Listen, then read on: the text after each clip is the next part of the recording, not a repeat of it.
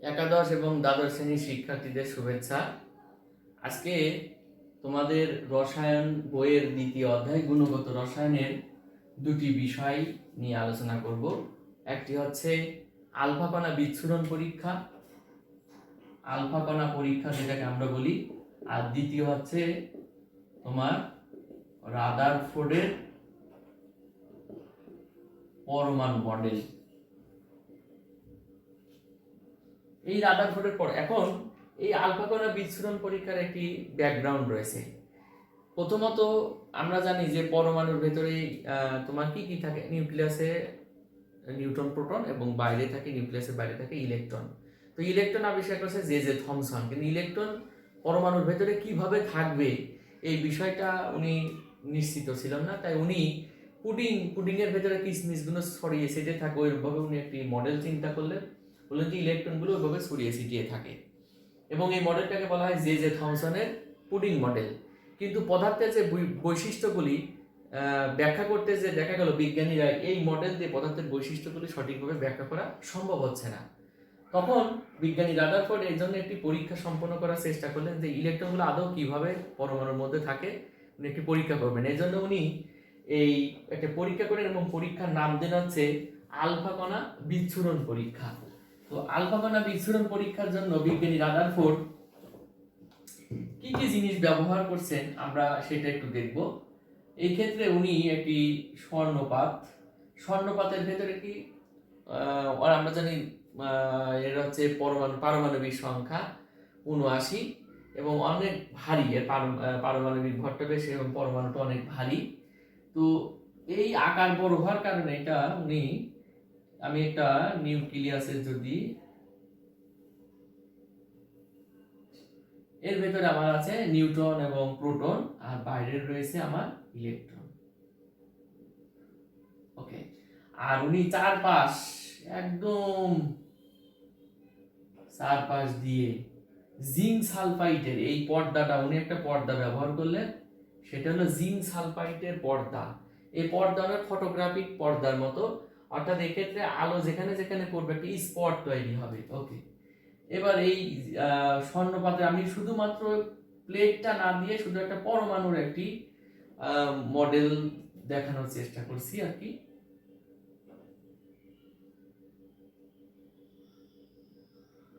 আমরা ইলেকট্রনের চার্জ জানি এবং উনি আর একটা বিষয় নিছে আলফা কণার উৎস। আলফা কণার উৎস বলতে আমরা দুই ভাবে আলফা কণার উৎস, তেজস্ক্রিয় পদার্থকে আমরা জানি যে আলফা বিটা গামা রশ্মি নির্গত হয়, সেক্ষেত্রে তেজস্ক্রিয় পদার্থ আমরা ব্যবহার করতে পারি, অথবা হিলিয়াম পরমাণু থেকে, হিলিয়ামের আমরা জানি যে পারমাণবিক সংখ্যা 2, অর্থাৎ দুটি পারমাণবিক সংখ্যা 2, অর্থাৎ তার দুটি প্রোটন এবং দুটি ইলেকট্রন রয়েছে। তাহলে দুটি ইলেকট্রনকে যদি সরিয়ে দেওয়া হয় তাহলে হিলিয়ামের কি ঘটনা ঘটে, তখন এই হিলিয়াম 2+ হয়ে যায়। ঠিক আছে, হিলিয়াম কি হয়ে যাবে, হিলিয়াম 2+, অর্থাৎ হিলিয়াম থেকে যদি আমি দুইটা ইলেকট্রন সরাই নিই তখন আমার যে অবস্থাটা ধারণ করবে, এই ক্ষেত্রে আমরা 2 4 এ থেকে প্লাস প্লাস দিই পারমাণবিক সংখ্যা, আর এটা কি আমার দাঁড়াচ্ছে পারমাণবিক ভর। তাহলে এইটাকে তখন বলা হয় হিলিয়াম নিউক্লিয়াস। এই হিলিয়াম নিউক্লিয়াসটা যে বৈশিষ্ট্য সেটা আলফা কণার বৈশিষ্ট্যর একই। তখন এই হিলিয়ামের নিউক্লিয়াসের উৎস অর্থাৎ আলফা কণাকে অত্যন্ত গতিবেগে উনি এই সরু ছিদ্রপথ দিয়ে প্রবেশ করান। এক্ষেত্রে অসংখ্য রশ্মি প্রবেশ করবে। কিছু রশ্মি দেখা যাবে যে সরাসরি এইভাবে এসে এখানে এসে এক্ষেত্রে পর্দার উপরে দাগ ফেলবে, কিছু রশ্মি দেখা যাবে যে দিক দিয়ে বের হয়ে যাবে, কিছু রশ্মি হবে কি দেখা যাবে যে ইলেকট্রনের সাথে এইভাবে হবে। এইভাবে দেখা যাবে যে অসংখ্য বেশ কিছু ঘটনা ঘটবে এবং সমস্ত জায়গায় এরকম বিভিন্ন দেখেন ফোঁটা পাবো আমরা, অর্থাৎ জিঙ্ক সালফাইডের যে পর্দা সে পর্দার উপরে বিভিন্ন ছোট ছোট দাগ পাওয়া যাবে।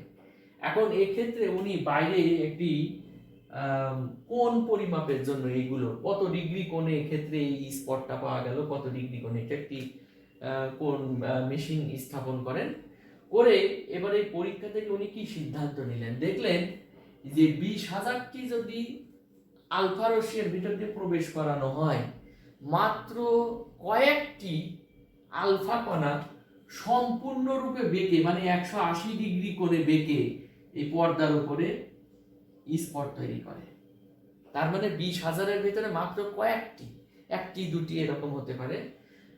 আর বেশিরভাগই এই পর্দার দেখা যাবে যে পেছনের দিকে স্পট তৈরি করবে, বেশিরভাগই পর্দার বিভিন্ন জায়গায় এদিকে ছড়িয়ে ছিটিয়ে পড়বে, ইলেকট্রনের সাথে বিভিন্ন রকম ঘটনা ঘটবে। তাহলে এখন বেশিরভাগ এই পরীক্ষাটাতে, এটা আমরা কি পরীক্ষা দিব, আলফা কণা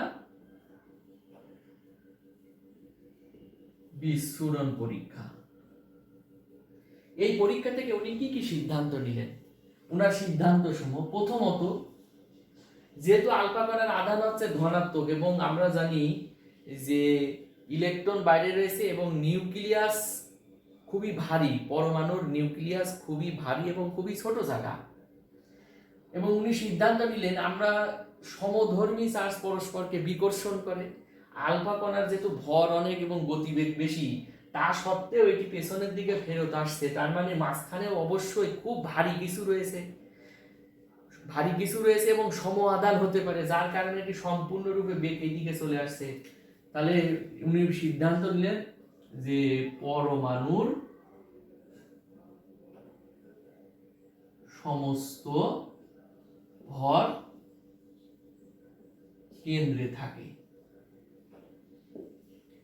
তাহলে প্রথমত কি নিলেন, মাত্র দুই একটি কণা এক বেঁকে আসার কারণে যে পরমাণুর সমস্ত ভর কেন্দ্রে থাকে। অধিকাংশ রশ্মি দেখা গেলে জিঙ্ক প্লেটের উপর অনেক স্পট, এটা দিয়ে কি সিদ্ধান্ত নিলেন, তার মানে এই পরমাণুর ভিতর দিয়ে বের হয়ে গেছে, পরমাণুর ভিতর দিয়ে বের হয়েছে বলেই তো, যেহেতু এই বরাবর, এই একদম সোজাসুজি বরাবর এই জায়গায় কোনো স্পট পাওয়া যায় নাই, এই স্পটটা এখানকার পাওয়ার পরিবর্তে 180 ডিগ্রি কোণে এই দিকে পাওয়া গিয়েছে, তার মানে ওখানে এমন ভারী একটা জিনিস ছিল, যেহেতু এটাও ধনাত্মক আধান, এটা ধনাত্মক আধান, অর্থাৎ আলফা কণা যেটা আমরা হিলিয়াম নিউক্লিয়াস বলছি, এটাও ধনাত্মক, তার মানে সমধর্মী চার্জ পরস্পরকে বিকর্ষণ করে, এটাও ভারী এটাও ভারী, তার মানে কি, আমি যদি এখন একটা টেনিস বলকে যদি দেওয়ালের উপরে মারি, তাহলে সোজাসুজি একদম 180 ডিগ্রি কোণে যাবে, ওটা 180 ডিগ্রি কোণে ফিরে আসবে। তার মানে কি, দেওয়াল অনেক শক্তিশালী, এবং দেওয়াল যদি দুর্বল থাকে তাহলে কি হবে, দেওয়াল পড়ে যাবে। আর যেহেতু টেনিস বল ফেরত আসছে, তাহলে আমি ধরে নিব যে গতিতে দিয়েছিলাম, তাহলে ও যার সাথে আঘাত লাগছে সোজাসুজি যেহেতু আসছে, তার মানে ওই জিনিসটা অনেক শক্তিশালী এবং মজবুত। এখন যদি কোনো এই বিষয়টা টেনিস বলের পরিবর্তে আমরা যদি একটি ধনাত্মক আধান, টেনিস বলটাকে ধনাত্মক আধান বিবেচনা করলাম, আর দেওয়ালে যে জায়গায় পড়ছে ওখানে একটি ধনাত্মক আধান, তাহলে আমরা কি হয়ে যাবে, আমরা বিবেচনা করবো তাহলে ওখানেও যেহেতু টেনিস বল ফেরত আসছে, তাহলে ওখানেও কি হয়ে যাবে, ওই জায়গায় ধনাত্মক একটা আধান রয়েছে।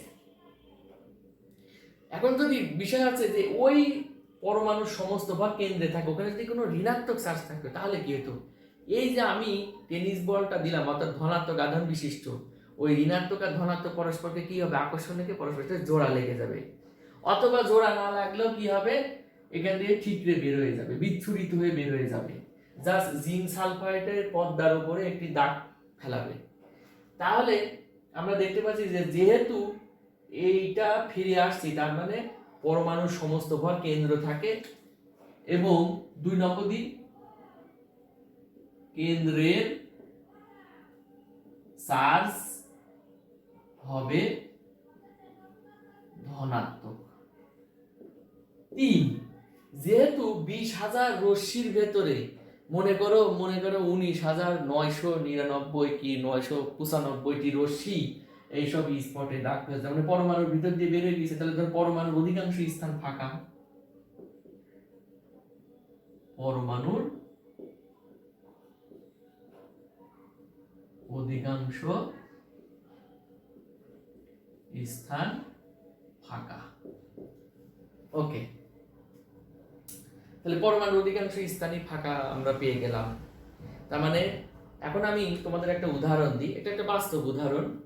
আমরা জানি যে নিউক্লিয়াসের যে ব্যাসার্ধ 10⁻⁻15 খুবই কম, পরমাণুর দেখা যাচ্ছে ব্যাসার্ধ 10⁻10 এরকম মিটার আর কি এগুলো। আচ্ছা, এখন 1 কিলোমিটার ব্যাসার্ধের পরমাণুটাকে যদি বর্ধিত করে আমরা 1 কিলোমিটার ব্যাসার্ধের একটি ফুটবল মাঠ বিবেচনা করি, তার মানে 1 কিলোমিটার, তার মানে ব্যাসার্ধ, মানে বুঝতে পারছো কত বড় ফুটবল মাঠ। তার ভেতরে আমরা বাজারে যে মার্বেল আছে না ছোট ছোট, ঠিক আমার নিউক্লিয়াসকে যদি একটা ছোট আকৃতির মার্বেলে কনভার্ট করি, তাহলে ওই 1 কিলোমিটার ব্যাসার্ধের ফুটবল মাঠের কেন্দ্রবিন্দুতে যদি ওই মার্বেলটা রাখি, তাহলে এবার তুমি একটা পরমাণুকে চিন্তা করো, তাহলে পরমাণুর কত ক্ষুদ্র জায়গায় নিউক্লিয়াস অবস্থান করে। এবং এখানে আবার বলা হয়েছে যে তার সমস্ত ভর, মানে ভরের 99.99% নিউক্লিয়াসে কেন্দ্রীভূত থাকে। যদি ভর যদি কম হতো তাহলে কিন্তু এই আলফা কণা একে ঠেলে ঠুলে এদিকে চলে যেত, যেহেতু যে যাইতে পারে না, তার মানে ভরটা অনেক বেশি, আলফা কণার থেকে ভর বেশি। এবং যেহেতু এটা পজিটিভ চার্জ, তার মানে ইলেকট্রন অলরেডি আবিষ্কৃত, ইলেকট্রনের নেগেটিভ চার্জ, তার মানে ধরে নেওয়া হচ্ছে যে এই ক্ষেত্রে আর একটা পজিটিভ জাতীয় কোনো কিছু রয়েছে। ওকে, তার মানে উনি যে সিদ্ধান্ত সমূহগুলো পেলেন যে পরমাণুর সমস্ত ভর কেন্দ্রে থাকে, কেন্দ্রের চার্জ ধনাত্মক, পরমাণুর অধিকাংশ স্থান ফাঁকা। কেন? ওই যে আমি 1 কিলোমিটার ব্যাসার্ধের ভিতরে তোমাকে যদি বলা যায় তুমি গুলি ছুড়ো ওই মার্বেলকে লাগানোর জন্য, তাহলে দেখা যাবে যে অধিকাংশ বুলেটই এদিক সেদিক দিয়ে ফাঁকা স্থান দিয়ে বেরোয় গেছে। তার মানে আমাদের দাঁড়াচ্ছে যে পরমাণুর অধিকাংশ স্থান ফাঁকা। এই বিষয়গুলো নিয়েই এই বিজ্ঞানী রাদারফোর্ড আলফা কণা এই পরীক্ষাটা নাম দিলেন। এখন এইটা থেকে এই সিদ্ধান্ত, তখন উনি সিদ্ধান্ত যে পরমাণু যেহেতু ধনাত্মক কেন্দ্রে সমস্ত ভর, এবং উনি এটার নাম দিলেন হলো প্রোটন। তার মানে উনি অলরেডি কিন্তু একটা পরীক্ষা করতে যে থমসনের পরমাণু মডেলের পরীক্ষাটা করতে যে উনি আরেকটা আবিষ্কার করে ফেললেন। সেটি হলো কি আবিষ্কার? নিউক্লিয়াস আবিষ্কার করলেন, এবং নিউক্লিয়াসের আধান যে ধনাত্মক সেটিও উনি আবিষ্কার করলেন। এখন এই পরীক্ষা থেকে উনি আর একটা বিষয় মনে করলেন, তাহলে উনি একটি চিন্তা করলেন যে তাহলে আমি একটি পরমাণু মডেল দিই, সেই মডেলটা এখন কেমন হবে সেইটা নিয়ে আমরা একটু আলোচনা করি। আমরা এখন আলোচনা করবো হচ্ছে কি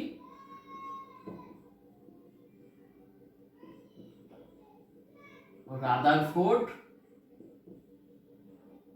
পরমাণু মডেল। উনি ভাবলেন যেহেতু ইলেকট্রন তো ঘূর্ণনশীল, ইলেকট্রন পরমাণুর ভেতরে পুডিং, তাহলে এখন আর পুডিং এর মতো, তাহলে অবশ্যই ফাঁকা, অধিকাংশ ফাঁকা, এবং ওর মাঝখানে আবার একটা রয়েছে ধনাত্মক আধান বিশিষ্ট একটি স্থান, যেটাকে উনি নিউক্লিয়াস নাম দিলেন। এখন এইগুলোর উপর ভিত্তি করে তাহলে পজিটিভ আধান এবং নেগেটিভ আধান, তাহলে কিভাবে এই মডেলটাকে উপস্থাপন করা যেতে পারে। উনি অনেক ভেবে চিন্তে উনি দেখলেন যে আমাদের যে সৌরজগৎ, এই সৌরজগতের যে বিষয়টি, সৌরজগতের সমস্ত ভর সূর্যে বিদ্যমান, এবং সূর্যকে কেন্দ্র করে গ্রহগুলো আবর্তনশীল। তাই উনি ভাবলেন যে আমরা যদি এখন বিষয়টাকে এমন দিই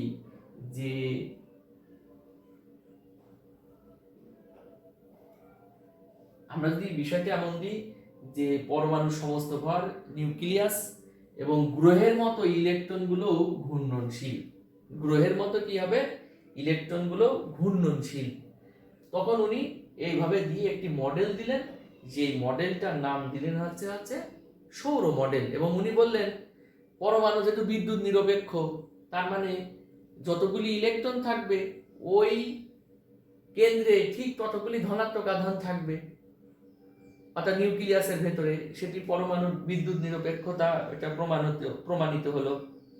তাহলে এই মডেলকে আরেকটা নাম হচ্ছে সৌর মডেল। কেননা উনি গ্রহ সাথে ইলেকট্রন এবং সূর্যকে নিউক্লিয়াসের সাথে তুলনা করে একটি মডেল দিলেন, এই জন্য নাম হলো সৌর মডেল।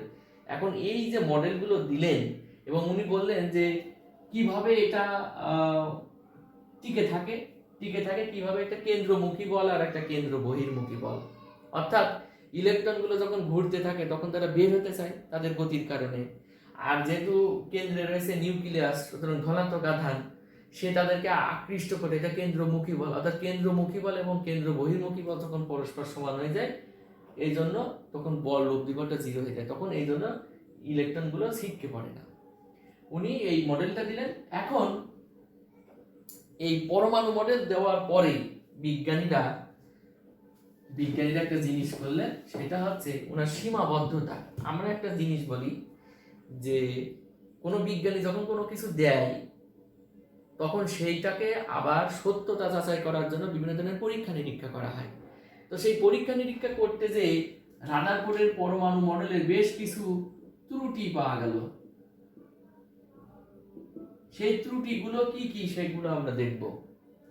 প্রথম ত্রুটিটাকে বলা হচ্ছে যেটা সৌর মডেলের সাথে তুলনা করেছেন, তাই ওনার প্রথম ত্রুটি হলো সৌর মডেলের সাথে। সৌর মডেলটায় গ্রহগুলো মানে বিদ্যুৎ নিরপেক্ষ, কিন্তু আমরা জানি যে ইলেকট্রন নেগেটিভ চার্জ, সূর্যেরও বিদ্যুৎ নিরপেক্ষ, কিন্তু আমরা নিউক্লিয়াস হচ্ছে ধনাত্মক, তার মানে এই তুলনাটা করা ঠিক হয়নি, প্রথম ত্রুটি।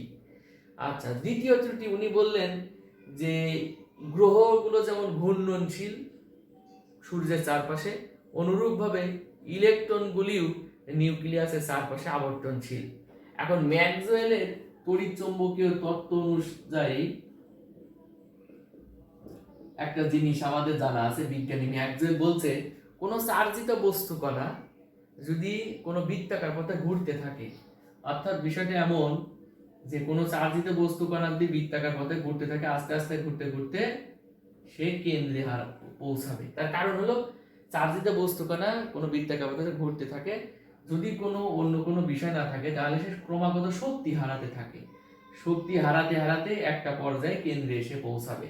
তাহলে ইলেকট্রন যদি একসময় নিউক্লিয়াসের সাথে মিলিত হয়ে যায়, তাহলে পরমাণুর অস্তিত্ব থাকবে না, পরমাণু ধ্বংস হয়ে যাবে। তার মানে ম্যাক্সওয়েলের তত্ত্ব অনুযায়ী বলা গেল যে রাদারফোর্ড যে মডেল দিয়েছে সেটা একটা অসম্পূর্ণ মডেল, অর্থাৎ যেভাবে উনি বলতে চাইছেন সেটা সঠিক হয়নি। ওকে, আরেকটি অলরেডি বর্ণালী বিষয় একটি ধারণা মানুষের ওই সময় ছিল যে কোনো পরমাণুকে যদি উত্তেজিত করা যায়, তাহলে সেই পরমাণু কি করবে, প্রথমত তার থেকে কিছু বিকিরণ নির্গত হয়, সেই বিকিরণগুলো কিভাবে বের হয়, অর্থাৎ পরমাণুকে উত্তেজিত করলে কেন তার থেকে বিভিন্ন ধরনের রশ্মি নির্গত হয়, এর কোনো সুস্পষ্ট ব্যাখ্যা রাদারফোর্ডের পরমাণু মডেল থেকে দেওয়া সম্ভব হয়নি। এবং এই হচ্ছে মোটামুটি আমাদের রাদারফোর্ডের পরমাণু মডেল। তবে একথা অনস্বীকার্য যে রাদারফোর্ডের পরমাণু মডেলকেই আধুনিক পরমাণু মডেলের ভিত্তি হিসেবে ধরা হয়, কেননা উনি প্রথম একটি গাণিতিক উপস্থাপনা বা একটি পরীক্ষা নিরীক্ষার, একটা সুনির্দিষ্ট পরীক্ষা নিরীক্ষার মাধ্যমে এই মডেলটি তৈরি করেন, যার উপর ভিত্তি করে পরবর্তীতে রাদারফোর্ডেরই ছাত্র নিলস বোর উনি মডেলকে সংশোধন করে বোর মডেল দেন, আবার বোর মডেলের সংশোধন করে বোর সমালফিল আরেকটি মডেল, এইভাবে পর্যায়ক্রমে আস্তে আস্তে এখন যেটাকে সর্বাধুনিক পরমাণু কোয়ান্টাম পরমাণু মডেল এখন আছে। যাই হোক, তো এইটা হচ্ছে আমাদের। তবে রাদারফোর্ডের সব থেকে গুরুত্বপূর্ণ বিষয় হচ্ছে এই পরমাণু মডেলের উনি নিউক্লিয়াস আবিষ্কার করছেন। তো আশা করি তোমরা সবাই বুঝতে পেরেছো। তো তোমাদের ধন্যবাদ, এবং আমরা পরবর্তীতে বোর পরমাণু মডেল এবং এই অধ্যায়ের আরো যে সমস্ত বিষয়গুলি রয়েছে আমরা পরবর্তীতে আস্তে আস্তে এগুলি আলোচনা করব।